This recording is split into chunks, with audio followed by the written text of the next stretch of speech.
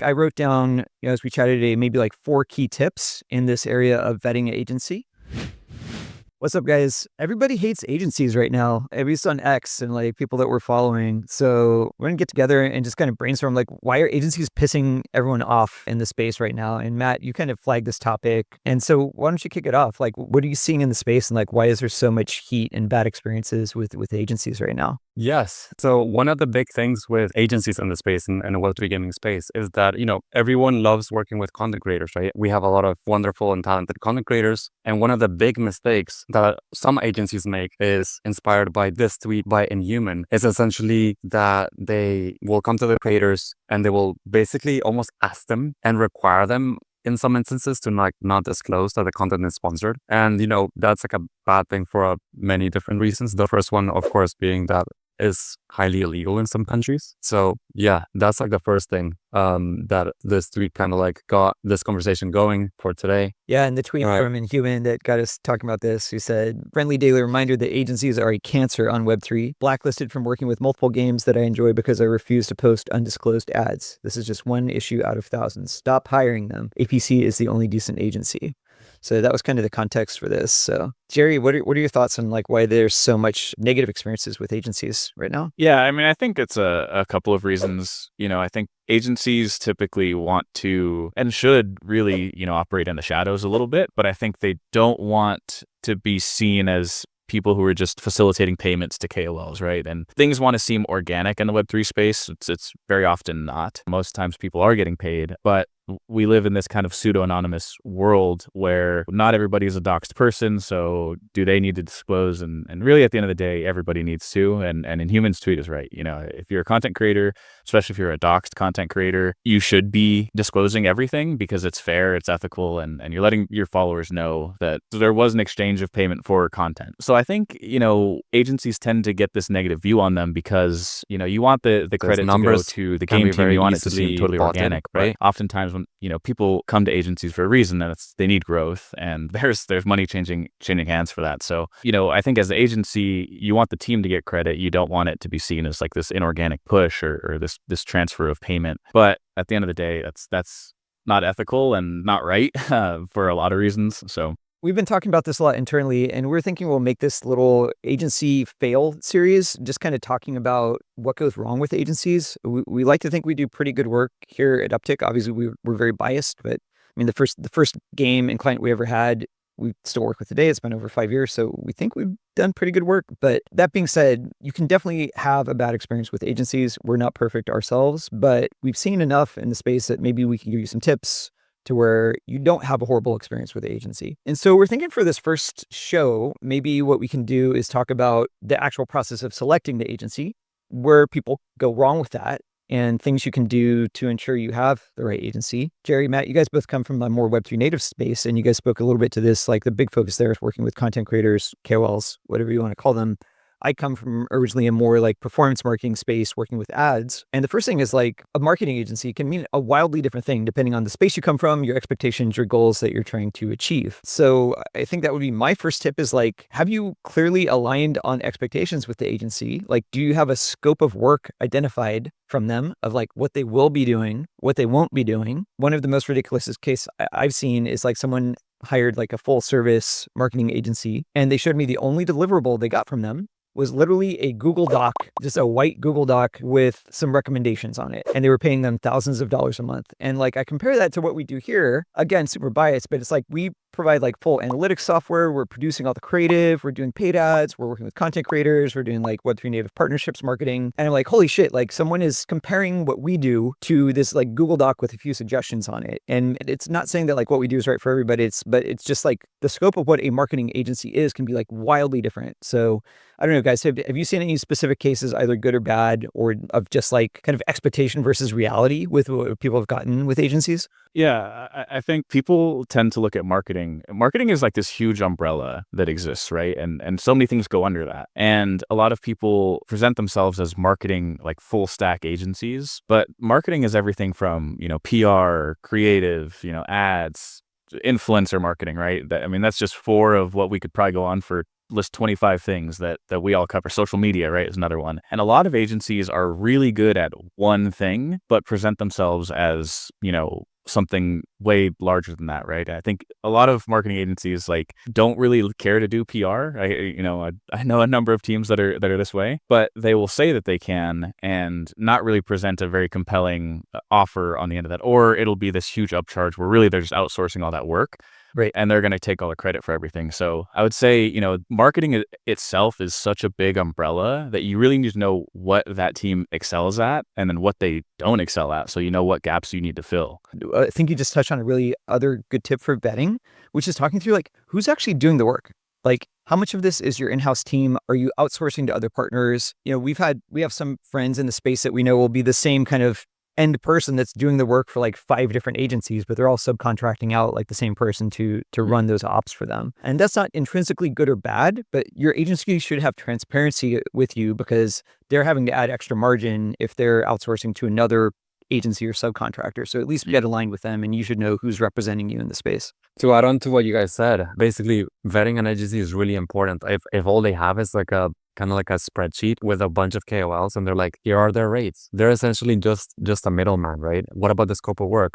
Campaign design. What are we going to achieve? KPIs, do you guys have case studies, right? That is something that should definitely be asked at the discovery stage. And, if all they do is working with KOLs, that's something that, every Web3 gaming agency can do. You definitely want to dive a bit deeper, perhaps talk about data and analytics. Because in the space, it is very known, right? Like everyone knows this. Numbers can be very easily botted, right? Followers, engagement, likes, retweets, etc. So when you go to a good agency, the people that work there are able to tell you who are actually the KOLs and the influencers that actually have influence in the space that can move the needle. And this is backed by data and analytics and past performance from past campaigns, right?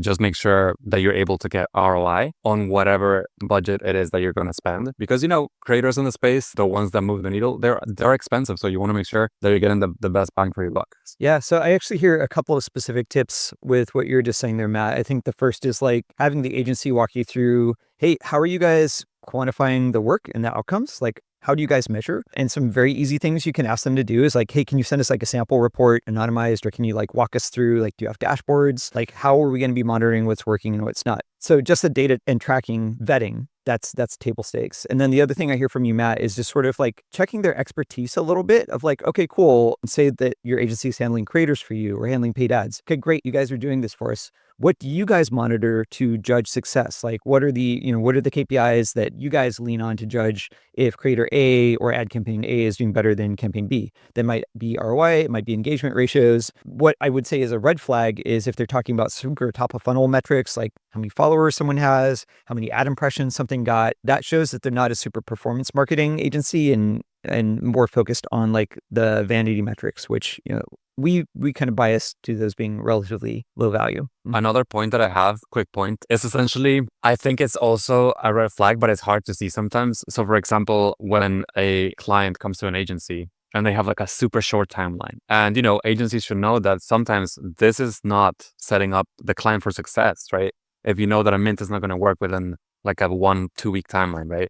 If their prices are all over the place compared to like what's currently happening in the market, right? You should see in your agency almost as a consultant, right? As an advisor. Right. And if they're just not giving any feedback or just being like, yes, man, right? That should set off some red flags. Like if they're not checking you at all and they're just like, oh yeah, we can do this in a week. Let's get these rates to you.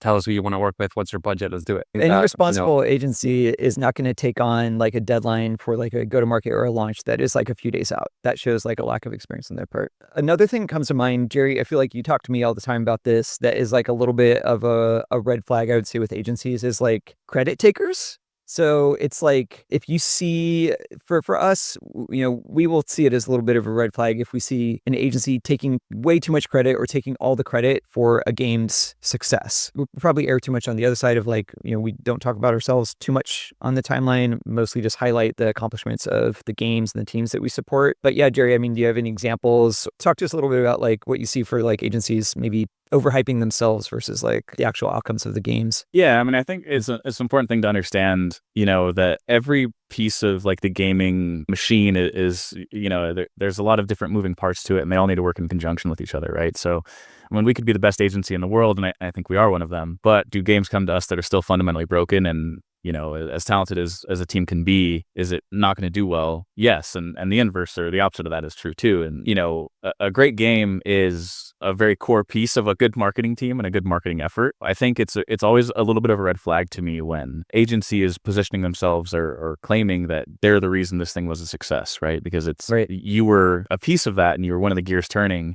But ultimately, was the game great? Yes. And was the marketing great? Yeah. Probably, maybe so, but we've seen a ton of games come through that are just fundamentally not going to work, or they're going to work, right? And we can help just expose that and get more eyeballs on those things. I think it's always a bit of a red flag for me when an agency is really good at marketing themselves and not great at talking about the games that they're working with. Yeah, and sometimes it's ridiculous, right? Like we'll see agencies posting like, claiming success for like, hey, yeah, this game had like, $15 million in revenue and this many million users, and we're proud to be their marketing partner. And it's like, we know some of these teams were like, dude, you commissioned like 5 Twitter content creators to post for them. Like you do not get to claim all $15 million of that game's revenue as like outcomes of your work. It can be super ridiculous. And a lot of times those teams had their own marketing team too, right? Right. There's, a handful of people that were also working alongside the agency, and maybe the agency was brought in for social media, or maybe they were brought in for PR, or maybe they were brought in for KOLs or influencers. But, the in-house team took care of everything else, right? I think we're a little bit different.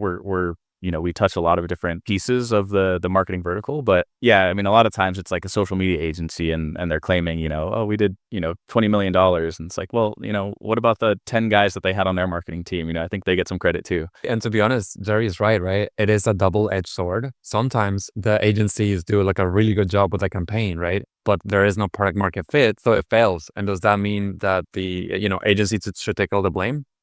Sometimes no, right? Actually, it's just that the product wasn't good enough for the market at the moment in time or the current release build that they had, right? So it is a double-edged sword, to be fair, right? You kind of have to see both sides. But yeah, definitely thinking about, some of our clients, right? It's like, imagine if we're like screaming from the rooftops, they're like, oh, it's like Blizzard successful because of Uptick, right? That's obviously like not true, right? It's not only because of us, right? So yeah. I think like a good example is like Squad Busters, right? I think like the marketing and go-to-market and the pre-reg campaign and everything for Squad Busters was really solid and really good numbers. The game still ended up not working out because the game wasn't good enough to sustain and retain people or keep those day 30 metrics high. So I think we all know Supercell is great at getting people to get in their game, and they have a great marketing machine. Still, the game doesn't necessarily mean it's going to work out. Awesome. Well, I think maybe that's good for this first episode. I know we're going to kind of dig into different subsets of why agencies are failing, why everyone is so pissed off at them right now. And I'm just jotting notes down. Like I wrote down, as we chatted today, maybe like 4 key tips in this area of vetting an agency. So the tips that I have is number 1, you want to align on scope of work. What does the agency do? What are they not doing? And what are the key deliverables you can expect? Number 2 I have is, how is your agency tracking success and how are they reporting on it? And what are the KPIs that you've aligned on with them that will define success and failure? Number 3 I have is, who's doing what? So like, what is the agency doing themselves? What do they have partners or subcontractors to do? Who is actually representing you and your team in the space? And number 4 is their case studies and what they're bragging about, really questioning them. Hey, what specifically did you do here? What was handled by the internal team? Where did your scope of work begin and end? So I think maybe that's 4 really good starting points that can eliminate a lot of the pain and toxicity and bad experiences people are having with agencies. It's just, don't pick a bad agency. Ask them some basic questions and you can hopefully get a better outcome. Okay, sweet. We'll be back. We'll do a little series on this. We'll dig into different outcomes or different aspects of how to get better results with your agencies, what to do, what to avoid, and we'll see you in the next one.